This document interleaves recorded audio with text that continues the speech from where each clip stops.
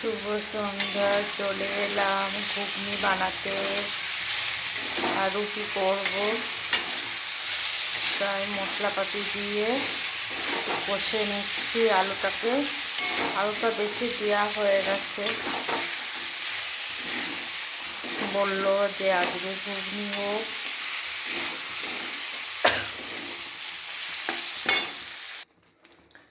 কার কার ঘুগনি খেতে ভালো লাগে অবশ্যই কমেন্ট করে জানাও।